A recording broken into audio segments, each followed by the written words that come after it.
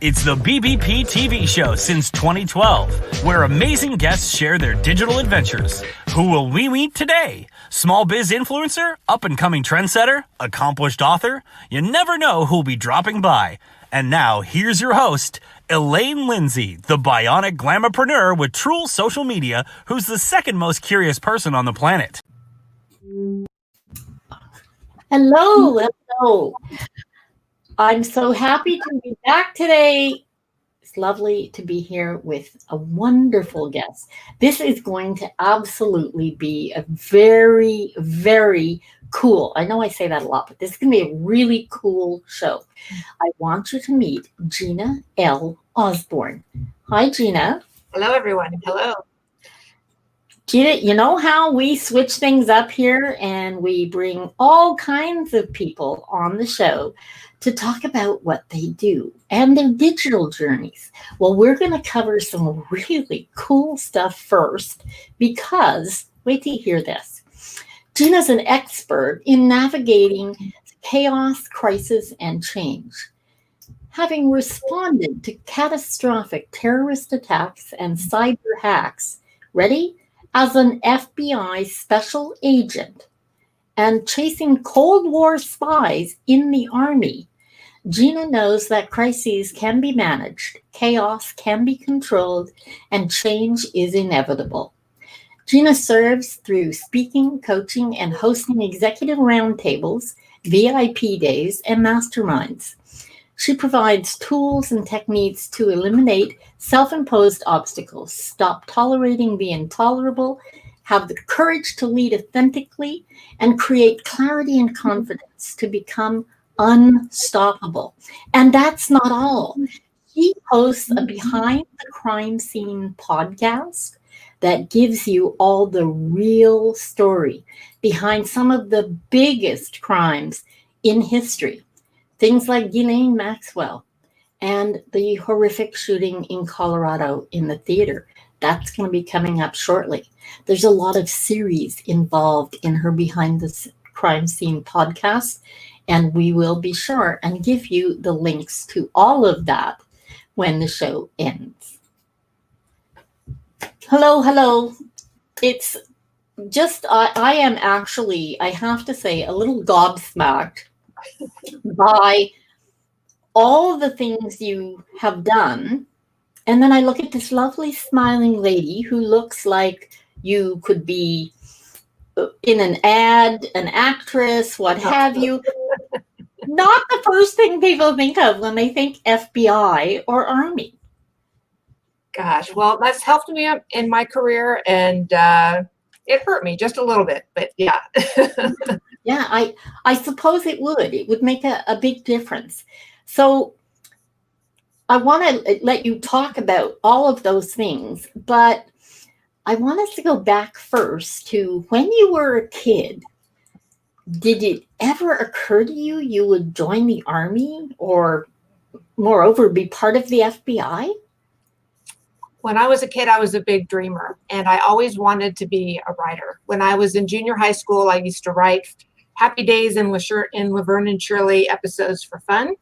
When I was in high school, I wrote a full feature film, and I have to admit that I was in love with the show MASH, and I wanted Alan Alda to be my mentor.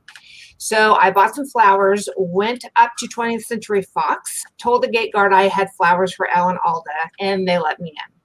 Oh my God. I visited with Mr. Alda, and he gave me some great advice. All 3 times I did this. He said to go out and get some great experiences if you want to be a writer. So during that time, I was fascinated with the Cold War, the KGB. It was the 80s. It was the decade of the spy. So I knew if I wanted to go into the CIA, I would need a 4-year degree and a sense of adventure. And I had the sense of adventure. I didn't have the 4-year degree. So 2 years into college, I was sitting in the library and a young man came up and started telling me about the Army's counterintelligence program and how I could get my education, I could live overseas, and I could chase spies. And the next day I went to the Army recruiter and I signed up and went to basic training and was in the Army for 6 years chasing spies across Europe. Wow. Wow. Like, just, it sounds amazing. It sounds so exciting, so incredible, but it's certainly not the dream that every little girl has. And I think it's incredible that you must have been nurtured in allowing yourself to have those kind of dreams. Well, I had a very strong mother figure. I came from a broken home. My dad left when I was 9 years old, and my mom was there to raise my sister and me. And she had been a hairdresser at the Disneyland Hotel before we were born. And she had been a housewife for, I think, 12 or 13 years. And she decided to get into real estate. And so that was something that was all based on commission back then, and it still is. Yeah. But to see her take that, the risk, and she went out and did what she needed to do. And in the first year, she made the $1 Million Club. And that was back when houses were $40,000 a piece. And she got into that club the first year. So she was a really good role model for me. Oh my God. Yeah, it sounds like it. And your sister has an incredible career as well. So yes, your mom really did an amazing job with both of you. Yeah, she did. So Army intelligence, counterintelligence. Wow. How much of, I guess you have to go through basic training like everybody else, but being able to travel through Europe, how much of it was like scary and dangerous?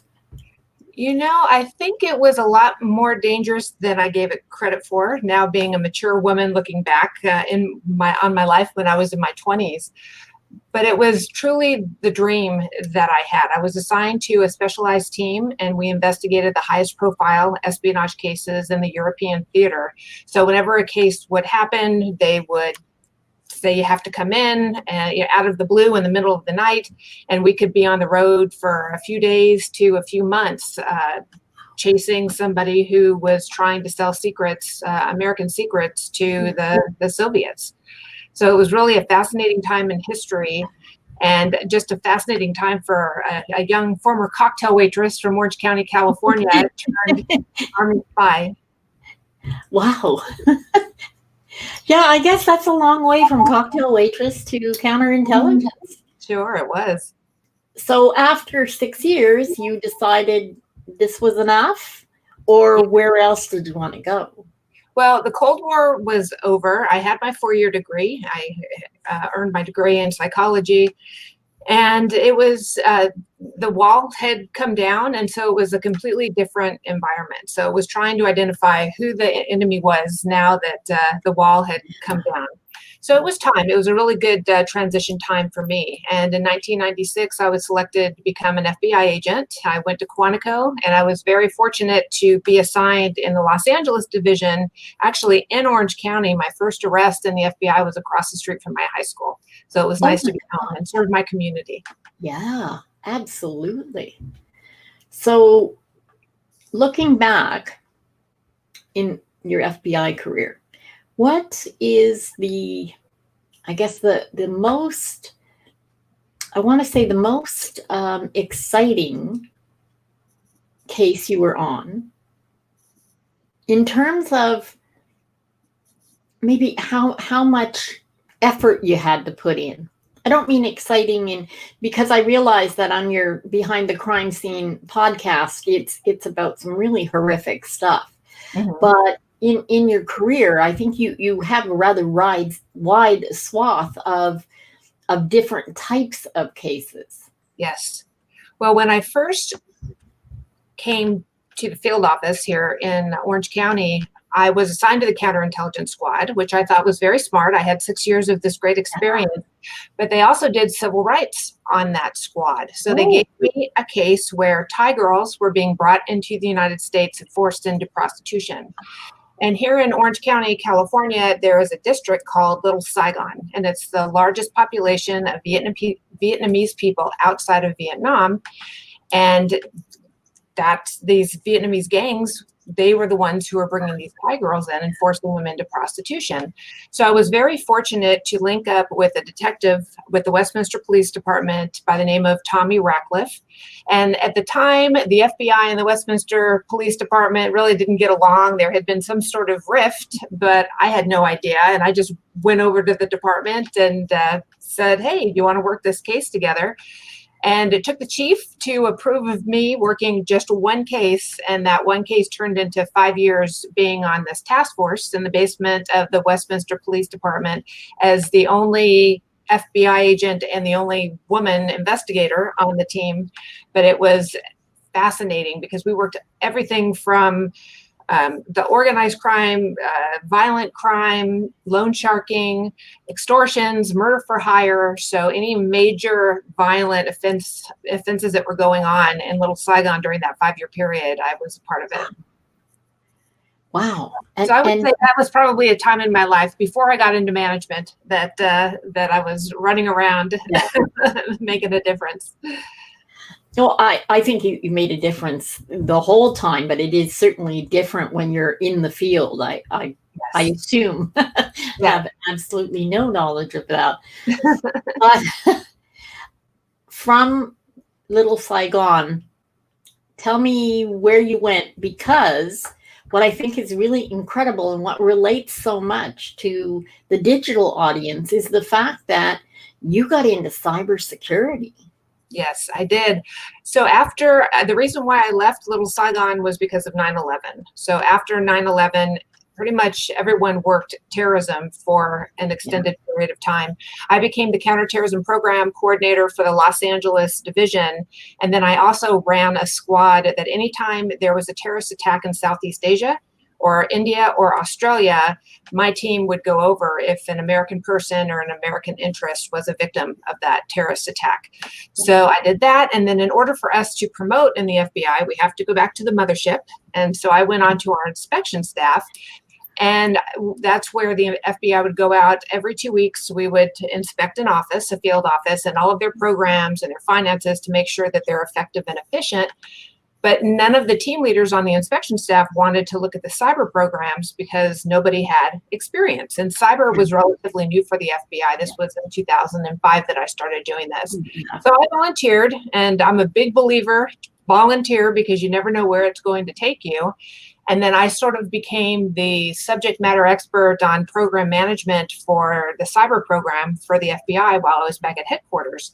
And again, opportunities open when you open yourself up for those opportunities. And right when I was leaving headquarters, Los Angeles, they created an assistant special agent in charge position strictly for computer forensics and cyber investigations.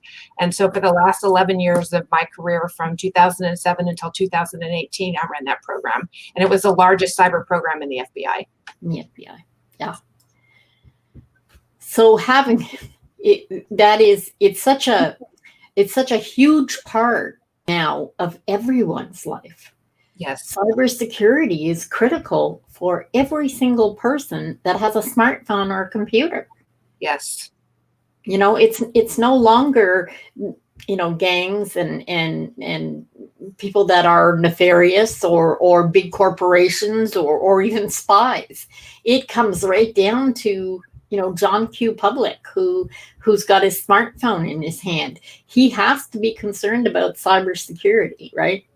Oh, absolutely. And when I go out and I speak with boards, I tell them the weakest link is the human side of it. Because if you're clicking on the links, if you don't have strong passwords, that's the weakest link that's going to get your entire corporation in hot water.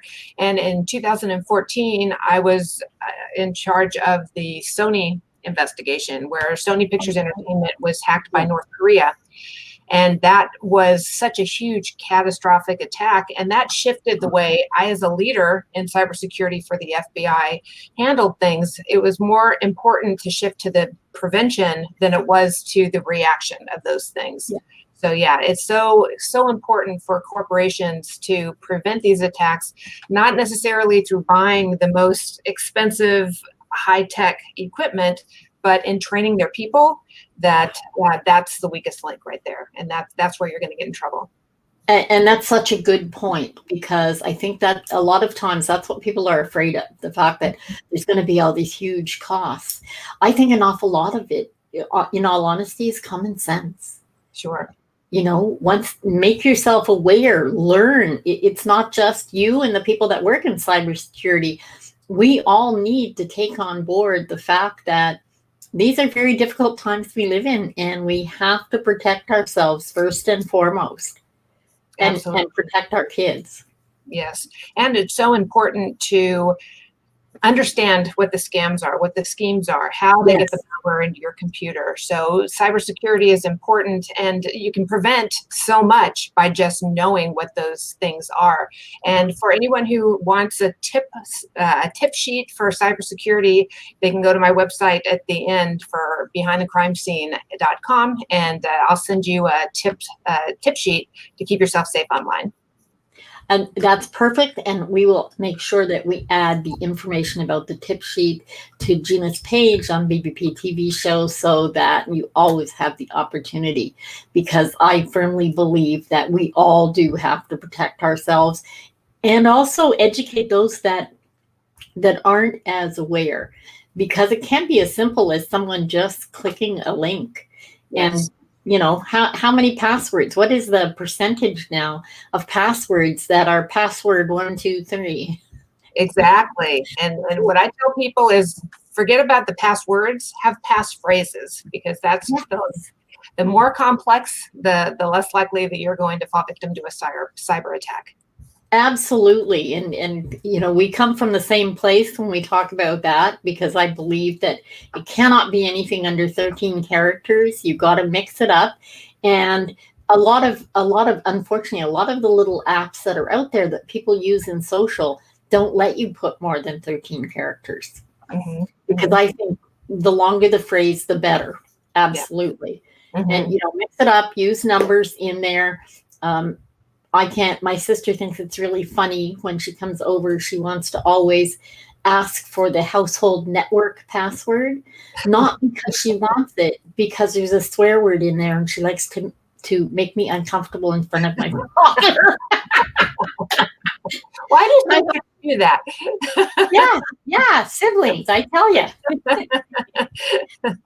But things like that, and things, where you can put numbers in place of letters in a word, it'll give you something great. And I don't know what you think as cybersecurity expert, but I often tell clients that, if you have a book, your very favorite book that you're going to have forever, or for some people that's even the Bible, open it to a page, put a marker on the page, and take a short sentence in which you can add a number and a special character.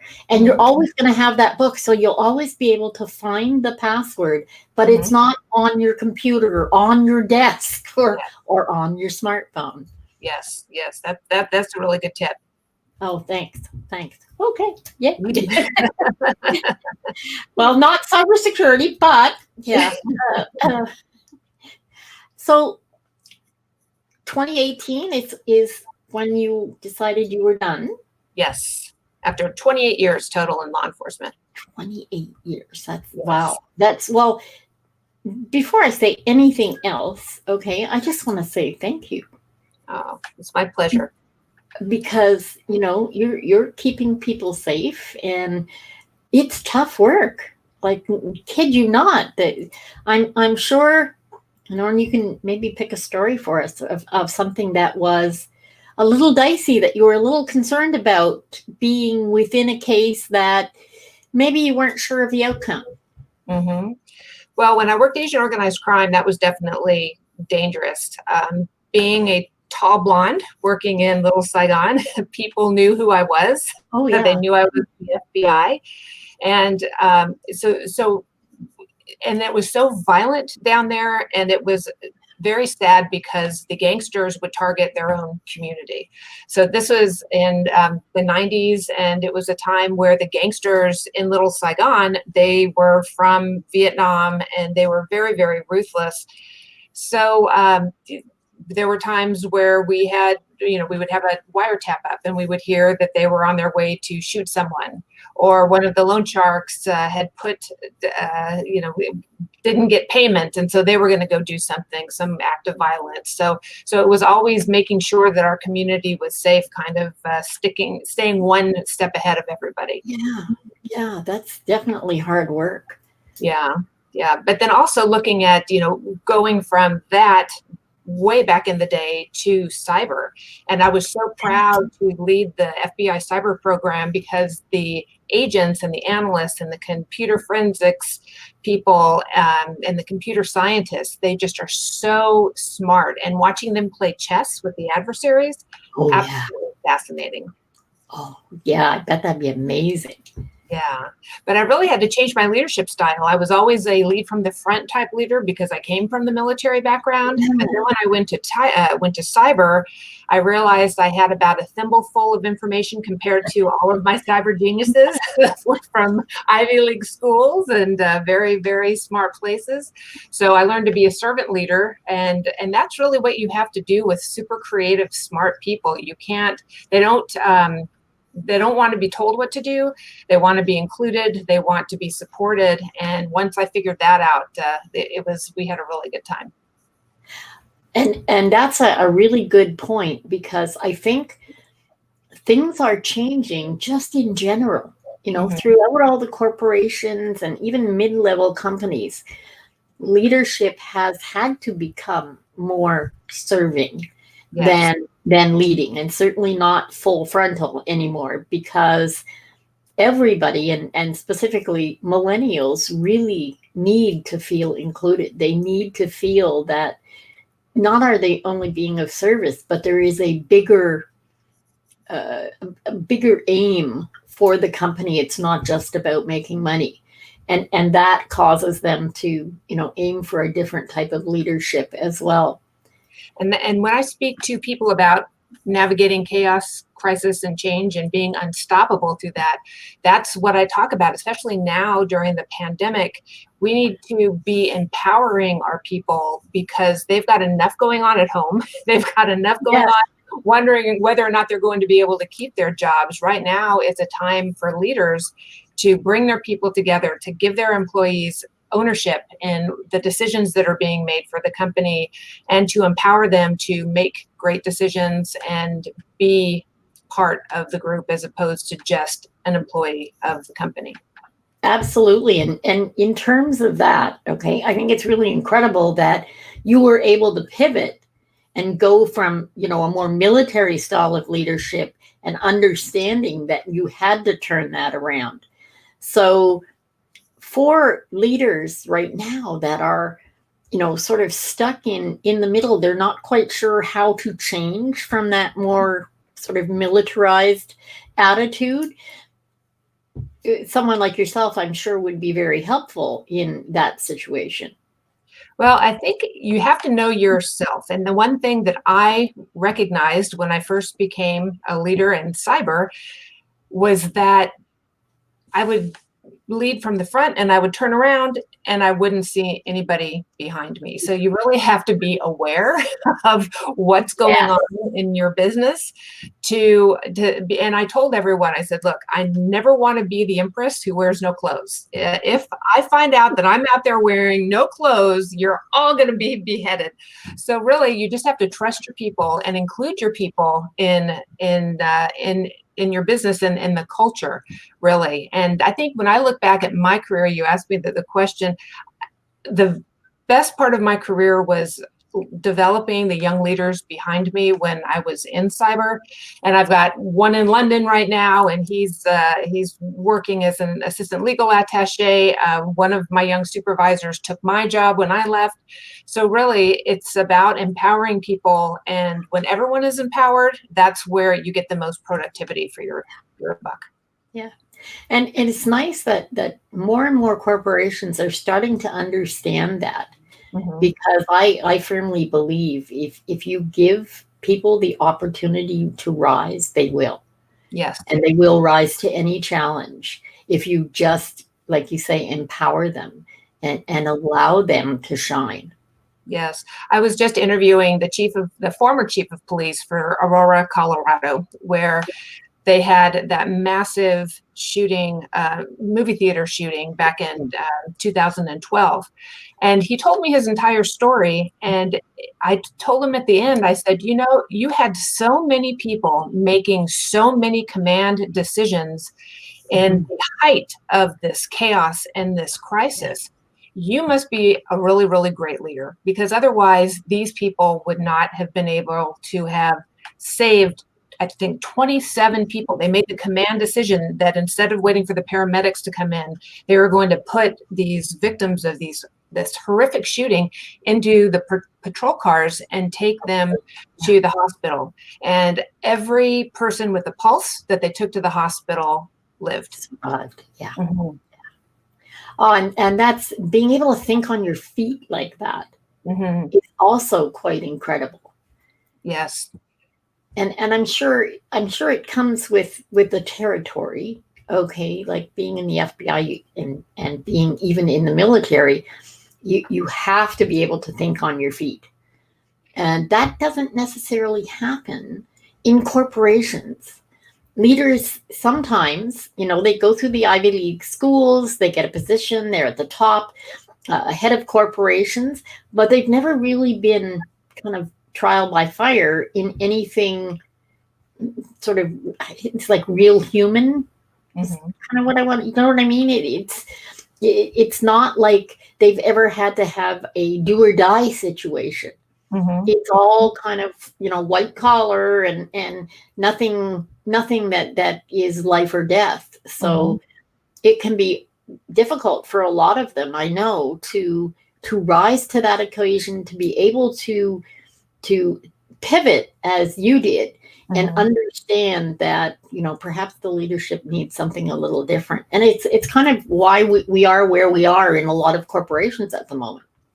Yes, I agree. And in these chaotic times, in these times filled with crisis, it's so important to know that you can learn how to deal with chaos and crisis. I wasn't born with it. I had been in various situations where I had to stretch my muscles and I had to stretch myself and step outside of the box and have to do that. And if we have the confidence within ourselves, coming from a place of empathy, coming from a place of the softer leadership skills, that people will be a lot more successful in this type of culture, in this type of environment.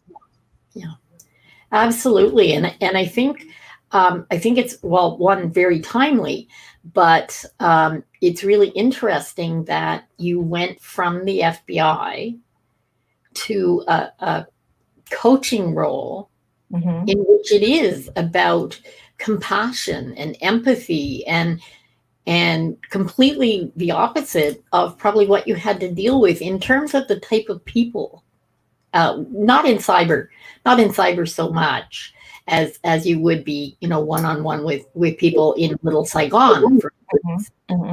So yeah. I think it's all about treating people with respect. So whether I was in Little Saigon working with a gang member or briefing the director of the FBI, it doesn't really matter, because when you're in a leadership position, you need to treat everybody the same. And I think that's where your authentic leadership style comes in. And I think that's what gets people to respect you and know that you're genuine and that you care about them.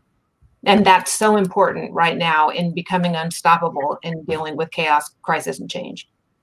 Absolutely. And I think that's a really good point, is leadership with your people rather than for your people. Yes, absolutely. Yeah.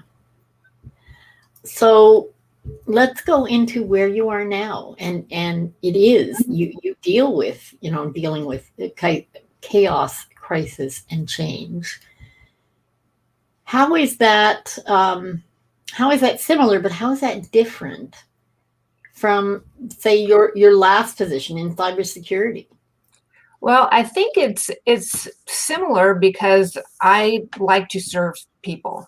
I like to help people be the best that they can be, to stretch and to learn and to think outside of the box and to do great things, because I consider that part of my legacy, especially when I look back on the FBI. But what I can do now is continue that and help others be better leaders, be more compassionate leaders, be able to navigate chaos, crisis, and change in a way that maybe they didn't think about because they haven't been in those catastrophic situations. Yes. Like I have, but I don't want to put them in a catastrophic situation. However, I want to share the tools that I learned when I was in those situations to have them, to help them be better at what they're doing and more successful and be more productive and financially, get the ball down the road as well. Absolutely. Absolutely. And I think that's a really good point of you passing on those tools. The lessons that you learned, being able to pass them on without having people having to go through any kind of crises or chaos, which I think makes a great deal of sense. Yeah. Now go ahead. Sorry. I was going to say, I think people, right now, because there is so much chaos and there is so much conflict and so much crisis, again, it's important to look inward to find out or even recognize, am I the one who's creating this? Am I trying to help, or am I throwing gasoline on the fire? So a lot of it comes from self-awareness as to why is there chaos and crisis and conflict in your life? How does it serve you? And if it doesn't serve you, these are the tools that you need to move forward so you can get down the road and be unstoppable. Absolutely. And I think that's a really, really good point. All of the information to get in touch with Gina will be on the page on the site. Excuse me. But what I wanted you to be able to share is your podcast. Let's talk a bit about Behind the Crime Scene. Behind the Crime Scene is a true crime podcast. We go beyond the yellow tape and into the lives of first responders, prosecutors, and investigators who work true crime. And it's so important for me to, I told you that I enjoyed writing.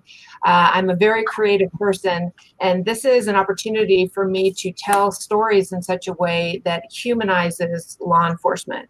So we had the O.J. Simpson lead prosecutor on the show, Marcia Clark's boss, and he talked about what haunted him from the O.J. trial, and that's a really fascinating case. And it's a reminder that whole case started with domestic violence. And so that was an interesting case.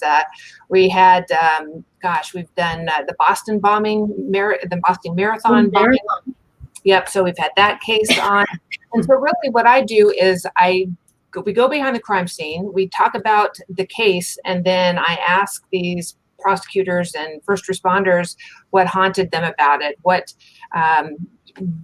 really impacted them, and the lessons that they've learned. And I want to share that with my listeners. Yeah. Oh, that's great. That's great. And it's not just in the Orange County area. It's not just California. You're talking about actual true crime all over. Absolutely. Yes. We've had cases from all over. Our first case on our podcast was the boy in the bunker who was kidnapped off of a school bus, and that was in the Midwest. And luckily, the FBI rescued him.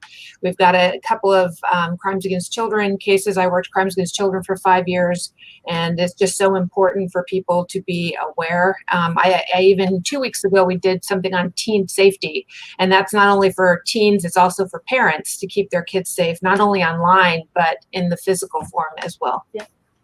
Oh, absolutely. And that one, I think for all parents, they should listen in, because it's critically important. Because a lot of times, I think because a lot of people don't necessarily understand everything that goes on in social media or everything that goes on in the internet, parents sometimes will turn a blind eye, and you really can't do that in this day and age. It is so much more dangerous for children. Yes. And there's the National Center Missing and Exploited the National Center for Missing and Exploited Children.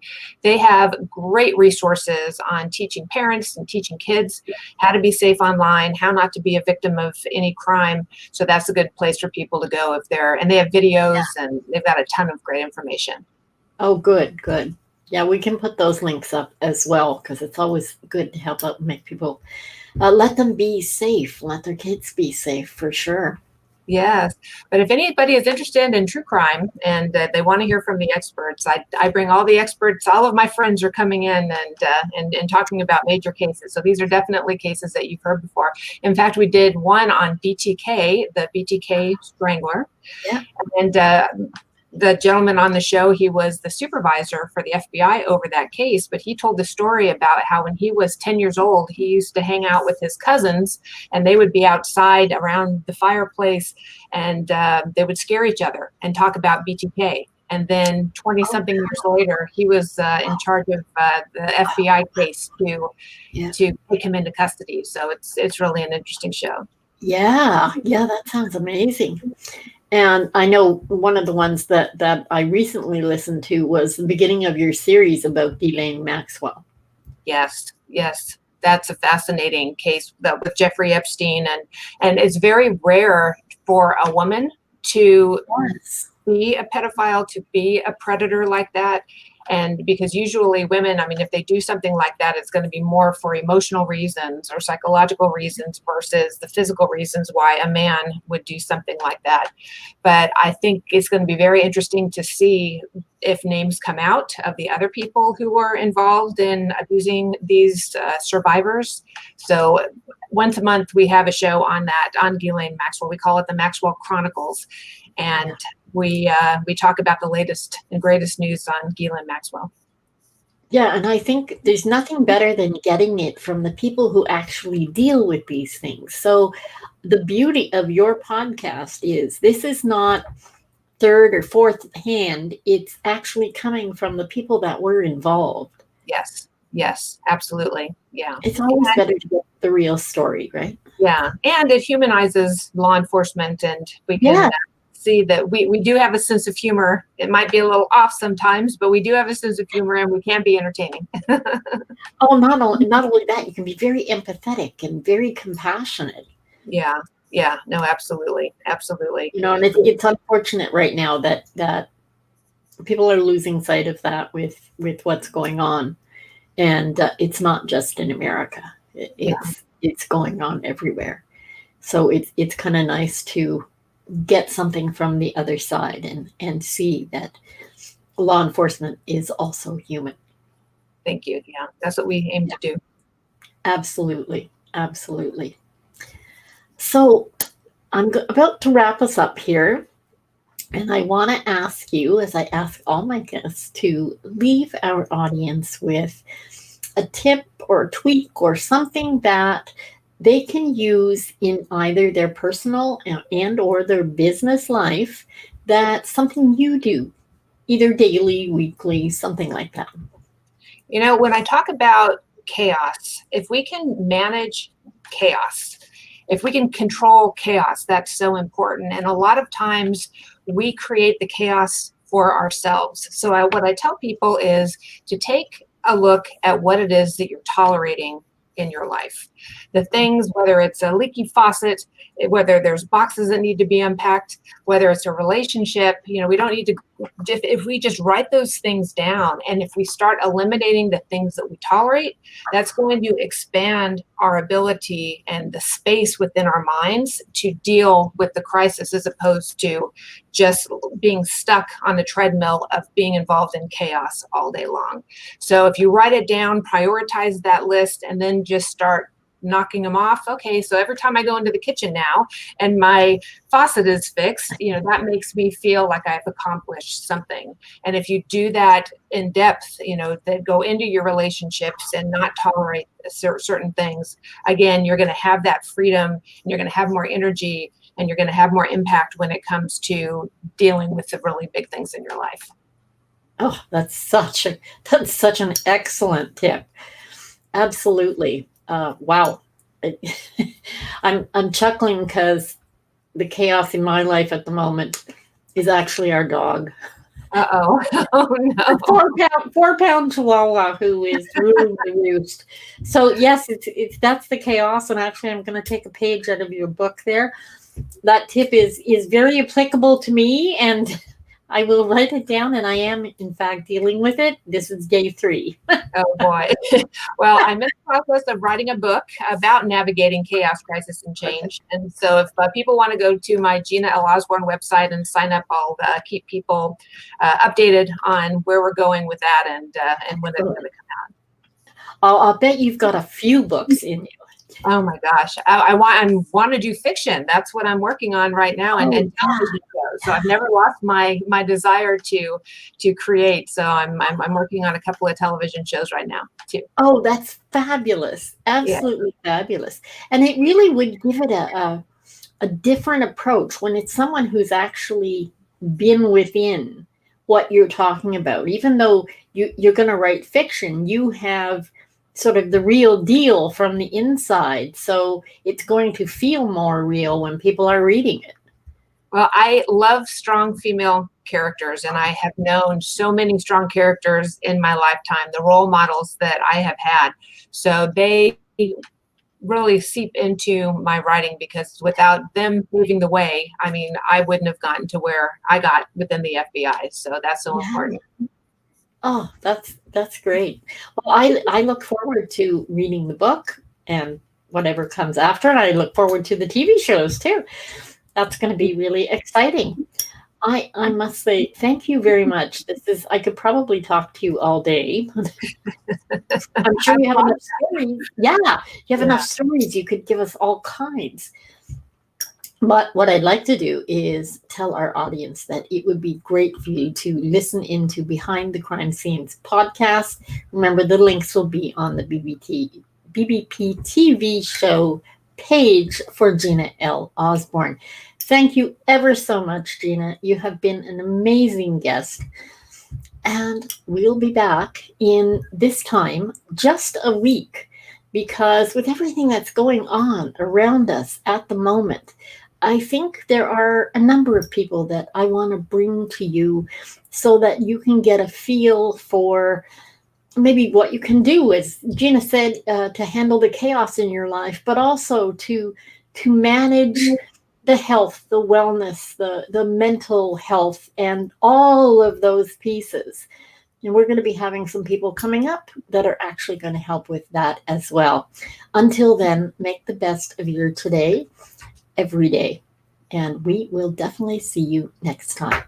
Bye for now. Thank you, Gina. Thank you so much. Thank you, Elaine.